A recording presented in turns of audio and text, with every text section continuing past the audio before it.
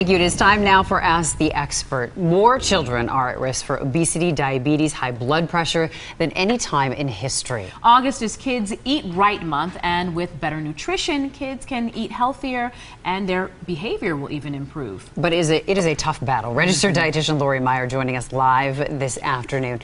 How do you get kids to eat these healthy foods, the recommended foods? You know, it is a tough battle, and I'm not saying it's easy, and I don't even have all the answers here. What we want to talk about today is, first of all, it's important that we all try to do it. And I think it's, you know, repeat. If you keep repeating exposure to the food, kids, eventually they will start to eat it.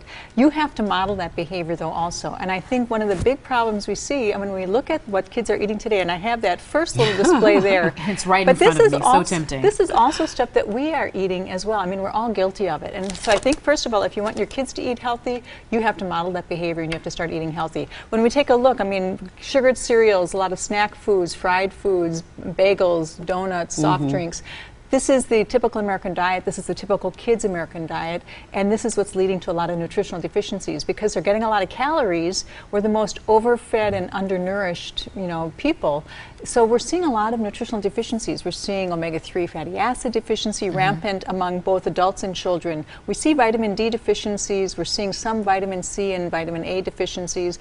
The most important, though, we're seeing a lot of mineral deficiencies. And what we're talking about, I mean, these can lead to behavioral problems, ADD, ADHD problems, asthma, allergy, along with the diabetes and high blood pressure. So it really is becoming a problem, nationwide problem. Well, the question every parent has is, how do I know my child has some mineral deficiency? What are the clues? And that's the thing. You can go for a blood test. You'd have to have a red blood cell test, but not every doctor is going to be testing for red blood cells. So there are some clues to give you a tip to find out. The major minerals that we're looking at that are really deficient in kids' diets are magnesium, zinc, and potassium. So if your kid has a lot of twitchy legs, they're really restless at night, hyperactive anxiety, this could be a magnesium deficiency, and you might want to start getting more magnesium foods, which we're going to look at in a minute. Okay. If they have a weak immunity, they get sick all the time, they're slow to heal, they're slow growing, also low attention, that could be a zinc deficiency.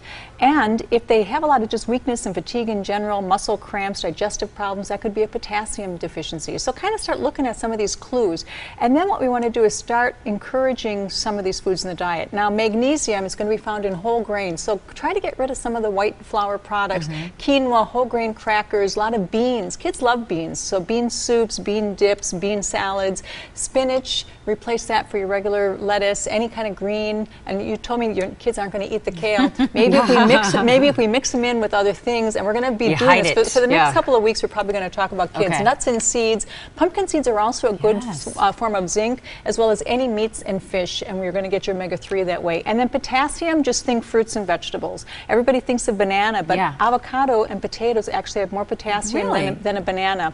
Any of your fruits and vegetables, though, cantaloupe, more potassium than a banana. So just try to encourage, and if you have it available, research shows that kids are going to start to eat it.